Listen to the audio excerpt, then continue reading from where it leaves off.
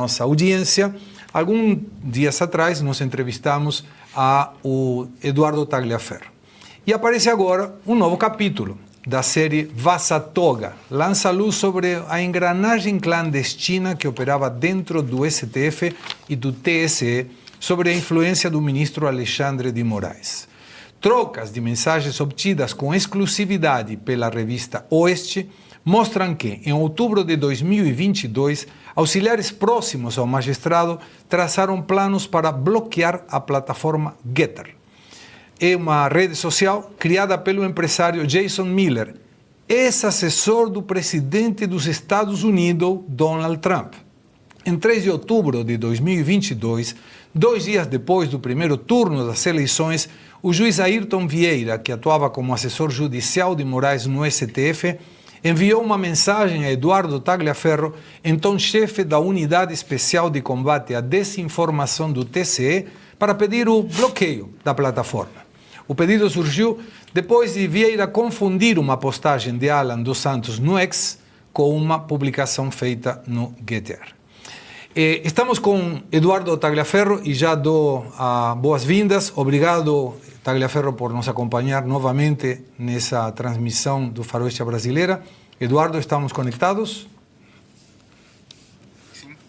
Não estou. Agora sim. Eduardo, boa tarde, obrigado de novo. A audiência estava perguntando, cadê Tagliaferro? Cadê Tagliaferro? Porque Tagliaferro tinha prometido uma informação valiosa. E agora nós começamos a conhecer detalhes dessa informação a partir da revista Oeste e somos muito gratos por essa divulgação. Mas gostaria que você nos comentasse, Eduardo, qual foi o contexto, em que situação? Temos alguns prints que, conforme você vai falando, vai aparecendo na tela também. Mas nos conta um pouquinho dessa situação que estamos falando agora. Boa tarde, Segrés, boa tarde a todo mundo. Eu ainda estou vivo sim, continuo livre, ainda não fui preso por Alexandre de Moraes. Com relação a esse trabalho realizado, solicitado pelo ministro Alexandre de Moraes, dentro da Assessoria Especial de Enfrentamento à Desinformação, como todos os demais trabalhos, não tinha sequer diferença, tá?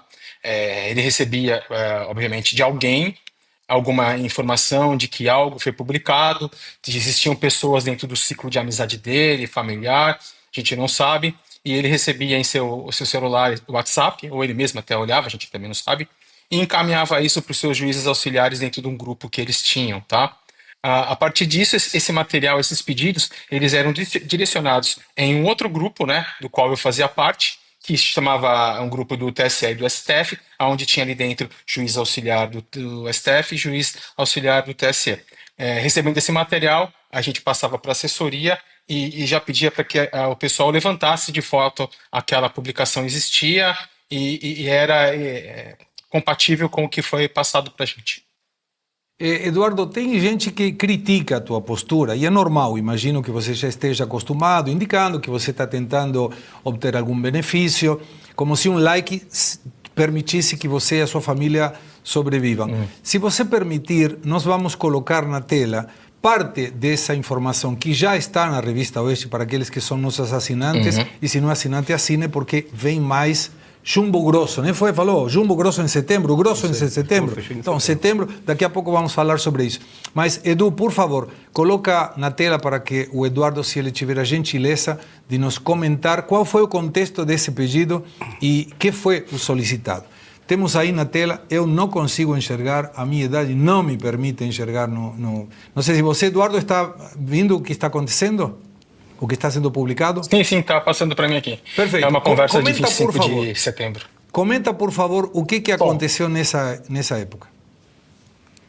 Bom, pelo que eu estou vendo aqui dentro dessa conversa, desse diálogo entre eu e o juiz auxiliar, é aquilo que eu falei agora há pouco, volto a afirmar, que foi enviado pelo ministro Alexandre de Moraes ao juiz auxiliar. Nesse caso, acredito que não tenha sido direto no meu grupo que eu tinha com ele, com os juízes, e sim no grupo do ministro com o juiz, encaminhado para a gente, Então, pelo que eu entendo aqui, trata-se de uma postagem, referente ao programa Terça Livre, que era do Alan dos Santos, e o ministro pediu para que isso fosse bloqueado, como eu falei, como todos os pedidos feitos por ele.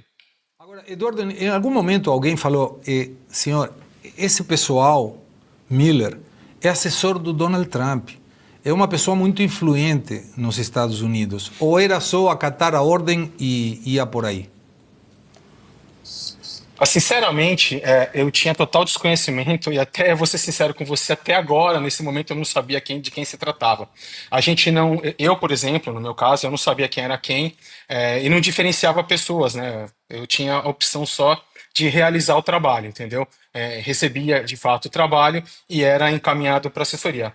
Mas aquilo que eu volto a falar, se era o presidente da República, do Brasil, dos Estados Unidos, ou um mero porteiro ou faxineiro de qualquer um desses países, não menosprezando o trabalho, que todo trabalho é importante, a mim nunca teve diferença e era tratado da mesma forma conforme o ministro passava. Agora, para a nossa audiência, que é muito crítica, e está perfeito que assim seja, né? Nesses dias que nós tínhamos te entrevistado, estamos aguardando, ansiosos por essa informação. Parte dessa matéria já está na Revista Oeste, mas tem uma matéria que ainda não está na Revista Oeste, que tem a ver com uns comentários feitos em função do atual ministro do Supremo Tribunal Federal, Cristiano Zanin. Vamos colocar na tela para que você possa nos conversar sobre esse acontecimento. Na tela. Nos conta um pouquinho. Bom, isso começa que quando eu recebi isso, eu de fato achei um absurdo, entendeu? É aquele episódio de o advogado, né, naquela época, Zanin, dentro do aeroporto de Brasília, quando entra uma pessoa, eu não me recordo qual era o nome da pessoa, e ela com seu celular filma e começa a falar palavras não tão agradáveis a ele, tá? E isso foi filmado e possivelmente passado ao ministro, não sei se por ele ou por alguém, obviamente, acredito, do PT. E diante disso aí, o que o ministro pediu? Esse diálogo que você pode ver aí no primeiro, à meia-noite e 31, um horário absurdo, é uma conversa entre o juiz auxiliar e o ministro Alexandre de Moraes, aonde que ele pede aqui para a gente verificar, né? Acredito eu que o próprio Marco estava vendo. Tá online ainda, acho que caiu. O próprio Marco estava olhando. Ok. O próprio Marco estava olhando essa postagem e acredito que ele não tenha conseguido identificar. E a partir disso, o ministro passou para ele, passou para mim, e foi pedido para que eu, entre aspas, olhasse isso, tá? Tentasse obter esse material junto ao aeroporto ou à Polícia Federal. Lembrando que não se tratava de nenhuma autoridade. Nenhuma autoridade. Era simplesmente um advogado, como qualquer outro advogado, o qual hoje, né, os advogados hoje são tratados de forma vexatória por Alexandre de Moraes. Mas nesse caso, em se tratando de Zanin, que hoje é ministro do Supremo Tribunal Federal, foi pedido um diferenciamento, ou seja, que se levantasse todas as câmeras do aeroporto junto à Polícia Federal, identificasse a pessoa para que Alexandre de Moraes pudesse ir atrás dessa pessoa. Agora, Eduardo, quando nós estamos falando do juiz auxiliar, Vieira, tenho informação, vi hoje e ontem nas redes sociais, o próprio Flávio Bolsonaro encaminhou um ofício te convidando, essa é a palavra correta, não é uma intimação, é um convite, né? Estão convidando. Para você declarar no dia 2 de setembro na Comissão de Segurança.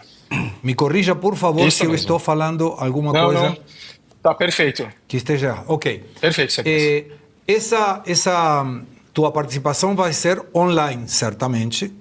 E sim, o juiz auxiliar Vieira também foi convidado. A tua expectativa é que ele participe? Pelo que eu entendi, pelo que eu vi no convite, foram os dois juízes auxiliares, tanto do Supremo Tribunal Federal quanto do Tribunal Superior Eleitoral. Mas com certeza, assim, acredito que eles não participem, não se envolvam nisso, ou se participarem, aquilo que eu sempre falei, né, será um milagre. Tá, bom, obviamente vão te perguntar sobre todas estas questões, até lá muita informação será divulgada, adicionalmente com essa que já está sendo divulgada.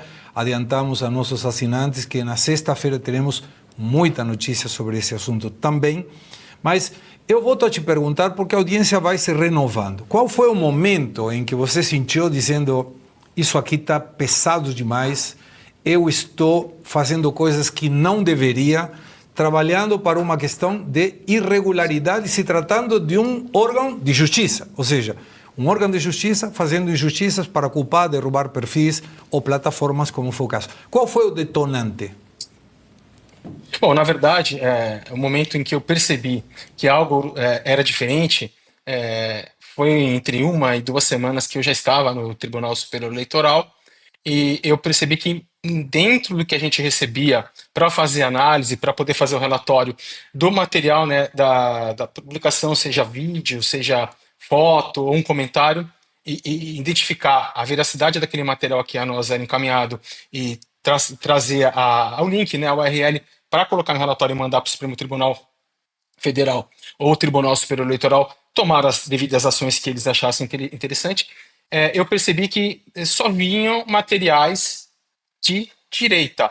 Eu nunca, que eu me lembre, nunca recebi um material da esquerda. Nunca recebi um material de partidos simpatizantes à esquerda. Somente materiais da direita, em especial os personagens que a gente já conhece, Daniel Silveira, Alan dos Santos, Paulo Figueiredo, Ludmila Grilo, quem mais?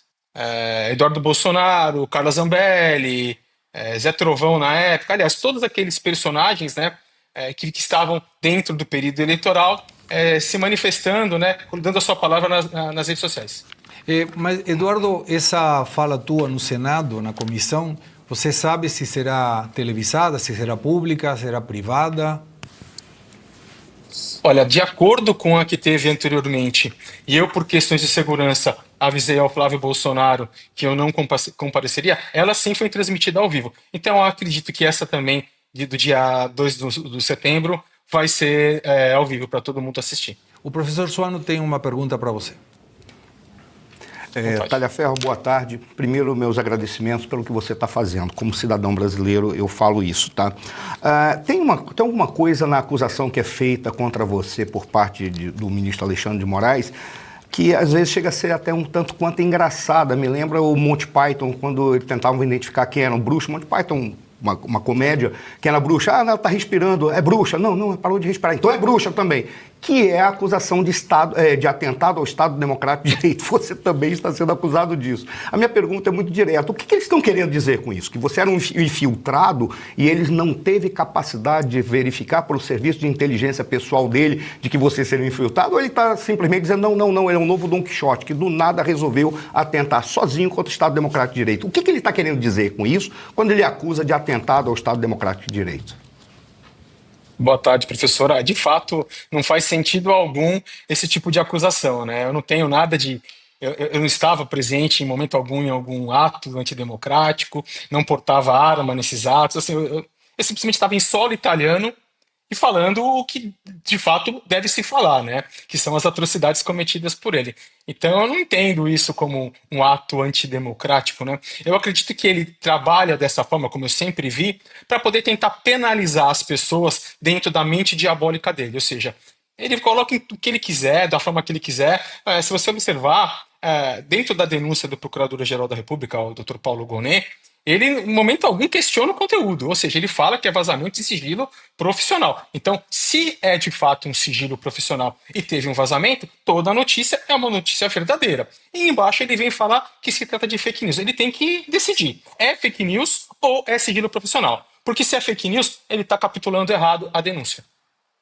Um bom ponto, Eduardo, porque se é fake news, não teria motivo para pedir a tua extradição. Poderia te acusar de fake news, eventualmente, alguma coisa assim. Mas se está sendo... Todas as acusações, inclusive, repito de novo, porque foi brilhante o comentário do nosso colega Carlo Cauci, em que a tua extradição é solicitada, mas não tem um processo aberto, não tem sentença condenatória, não tem absolutamente nada. Então, não tem muita lógica jurídica, e eu não entendo nada do assunto, pedir a extradição de uma pessoa que está sendo investigada, porque se eventualmente você é extraditado, vem ao Brasil, faça um processo. Bom, já a tua segurança estaria comprometida claramente. Mas se você vir aqui e falar, não, é inocente, foi, sei lá, sim, divulgou algumas coisas, mas eram fake news, ou o que for. Você poderia voltar para a Itália de novo? É um pouco absurdo, desde o conceito jurídico. qual é a tua visão e tudo que você puder falar, e sempre com respeito daquilo que não pode ser falado, respeito desse processo? Se alguém pede a tua extradição, deve ter conversado com os teus advogados. O que eles te orientam em relação ao lugar onde você está hoje, no país em que você está, dizendo não vai rolar uma extradição, porque não tem processo aberto? Por favor. Na verdade, até tem uma investigação da Polícia Federal de agosto do ano passado, onde trata o vazamento daquele áudio publicado pela revista Folha, né, pelo jornal Folha de São Paulo, e dali para frente eles começaram a me investigar todos, inclusive quebraram não só o meu sigilo, como o sigilo do meu advogado, né, ou seja, o sigilo profissional entre advogado e cliente, e divulgaram na matéria, todo o material, nas minhas conversas, inclusive pessoais, deixaram tornar isso público, tá? Foi feito, eu fui indiciado pela Polícia Federal, um dia após aquele episódio do Eustáquio, né, que ele falou que estava fugindo, isso e aquilo, que não era uma verdade, entendeu? Eu tinha vindo passear aqui na Itália e tinha voltado, e a partir daquilo, a Polícia Federal, no dia seguinte, que foi dia 1º de abril, inclusive o dia da mentira no Brasil, né? Dizendo que eu fui indiciado somente por eu ter na minha agenda de contatos o contato do jornalista. Ou seja, atenção, todos vocês jornalistas dos quais falam comigo e eu tenho contato, vocês estão sujeitos a serem investigados e denunciados também pela Polícia Federal. E eu, com base também num print de uma conversa de 5 ou 6 meses que antecederam esse vazamento, aonde eu e a minha esposa, que era estudante de jornalismo, eu brinquei com ela, porque de fato todos os jornalistas me procuravam e tinha ali uma matéria, o Serapel me perguntou, você pode fazer isso? Aí eu brinquei com ela para poder falar, olha, o jornalista me procurou, vou falar isso e aquilo, mas sobre o funcionamento. Ela inclusive escreveu assim, será que falar a verdade é o melhor caminho? E foi apagado isso. E mais nada, não tem uma prova nenhuma de que eu fiz o vazamento, que eu coloquei. Com base nisso, eles fizeram...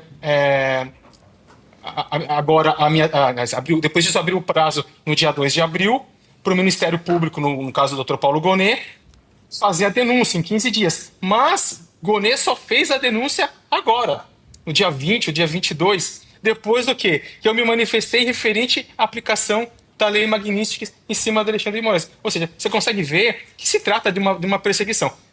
Mais um detalhe só, que é importante eu falar. Se você pegar todas as movimentações dentro do processo da PET que foi instaurada em meu desfavor, ela tem em um ano 166 movimentações, um recorde. Não tem processo no Brasil com tanta movimentação.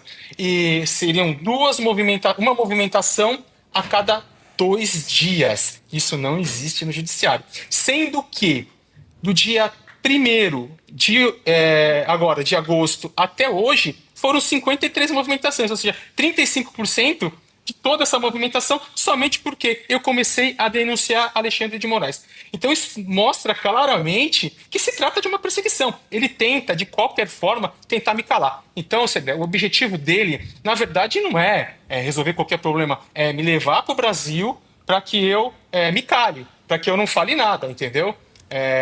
Me calar minha voz para que eu não denuncie todos os crimes, todas as atrocidades que ele cometeu. Mas ele não vai conseguir, independente de ter ou não ter uma extradição, que eu também não acredito. Todo o material, estou divulgando, não estou preocupado, já está a imprensa, está com você, está com todo mundo, e vai continuar sendo feita todas as denúncias. O João Belucci tem uma pergunta para você. Tagliaferro, boa tarde. Eu queria perguntar para você no sentido de que o juiz auxiliar do STF é quase que talvez um dos ápices da carreira do juiz, né? Que o concurso é super difícil e tal. Tem o STF, talvez o maior, STJ ali, mas o juiz auxiliar também do Supremo, ele é um cargo muito alto. E ali entre vocês, nas conversas vazadas, né, a Ayrton, o senhor, a outra juíza que eu esqueci o nome, é evidente, assim, até eu tenho formação jurídica, que grande parte ali do que se falava de ordens, enfim, eram ilegais. Qual que era o sentimento entre vocês, né, de estar num posto tão alto, chegar num patamar tão desejado e ter que dar cabo a ordens ilegais? E se você acredita que os demais juízes tenham dossiês para eles se resguardarem futuramente, caso possam vir a ser responsabilizados?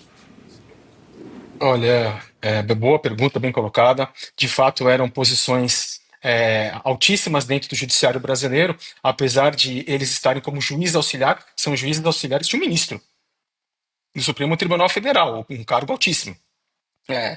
Em conversas, não só em grupo, mas em conversas pessoais, né, que a gente costumava ter, a gente sabia. Era discutido, nossa, o ministro tá demais, olha, o ministro tá deixando a gente louco, olha, a gente vai ter que fazer isso, mas a gente alertou o ministro que isso aqui não é certo, mas não adianta, não tem como falar. Olha, o ministro está pedindo isso, olha, vamos fazer, mas a gente sabe que é um problema dele, ele conhece a lei, ele conhece tudo, e óbvio, ele está assinando, porque a gente não tinha a opção de não fazer, não existia essa opção, e nem a opção de sair, porque se tivesse a opção de sair, eu tentei diversas vezes e eu não consegui. No próprio áudio vazado com o Ayrton, vocês percebem que ele está cansado, está exausto, ele também tenta sair, mas ele não consegue, entendeu? Por quê? Porque é medo. Medo. Se a gente dentro de um local, imagina de uma casa, vê um psicopata, vê um cara que está fazendo mal por um monte de gente fora dessa casa, a gente liga um alerta, né? A gente liga, vamos tentar manter o bom relacionamento com essa pessoa, para que ela não faça mal nenhum para a gente, e no momento que a gente conseguir, a gente vai escapar. Ou seja, como se estivesse vivendo dentro de um filme de terror. Então, justamente isso que aconteceu com todo mundo. Eduardo, alguém do STF ou do TSE, ex-colegas teus, colaboradores da divisão que você comandava, te ligaram em algum momento quando começa a aparecer toda essa série de divulgações de fatos que você guarda e estão aparecendo agora com esse nome de Vaza Toga 2? Não. Ninguém me procurou, ninguém falou comigo. Para ser sincero, tem um juiz auxiliar que não é mais o juiz auxiliar há um bom tempo, e por eu ter um relacionamento com ele antes da Suprema Corte, eu procurei ele, falei, puxa, tá acontecendo isso, olha que situação, vazaram o telefone, isso, e o ministro tá vindo atrás de mim, sabe? E é óbvio que preocupado, porque a gente sabe de que forma ele trabalha, de que forma que ele age, entendeu? Ele não tem um raciocínio humano, ele simplesmente a gente se sente dentro do Coliseu, e ele lá é o imperador e fazendo com que a gente seja comidos pelos leões. Mas sim, só o único que eu tive pouquíssimo contato e não tive mais, com mais ninguém. Da assessoria do TSE, ninguém. Qualquer país sério seria procurado a tua pessoa por alguma pessoa da justiça que diga, me mostra o que você tem para ver se isso realmente é tão grave quanto parece. Aqui dá a sensação de que está sendo procurado para que você não conte o que parece estar errado. Faroeste brasileira, literalmente. Eduardo Tagliaferro, muito obrigado. As portas aqui da Revista Oeste estão abertas. Sexta-feira, notificamos a nossos assinantes, terá mais informação divulgada. Agradecemos a quase 29 mil telas aqui no YouTube, 6 mil telas no X. E estamos às ordens. O que você precisar, a tela da Faroeste Brasileira e da Revista Oeste estão à tua disposição. Muito obrigado pelo teu tempo. Obrigado, Segre, obrigado a todo mundo, obrigado ao povo brasileiro. Quem quiser olhar lá no meu Instagram, eu tenho colocado algumas coisas e nós vamos continuar. E sempre que você precisar, estarei aqui à sua disposição, à disposição do seu público. Muito obrigado e vamos desejar aí que tudo isso se termine bem e aí o Brasil saia vencedor. E que seja justiça. Se eventualmente o que você... E te peço perdão da forma que eu vou me expressar, mas se você for um picareta que está inventando, que seja feita justiça. Mas se você estiver falando a verdade também. Porque senão estamos em uma desproporção, né? Não me incomodo de pagar pena de nada, desde que seja justa, de que eu tenha cometido um crime. Sou tão confiante no que eu estou fazendo que isso não vai acontecer nunca. Tanto que vocês percebem que o meu punidor é justamente aquele que eu estou revelando os crimes cometidos com ele. Começa por a injustiça. E se ele não soubesse que isso era crime, ele não estava tão desesperado para me pegar. Muito obrigado de novo e até a próxima. Obrigado. Tchau, tchau.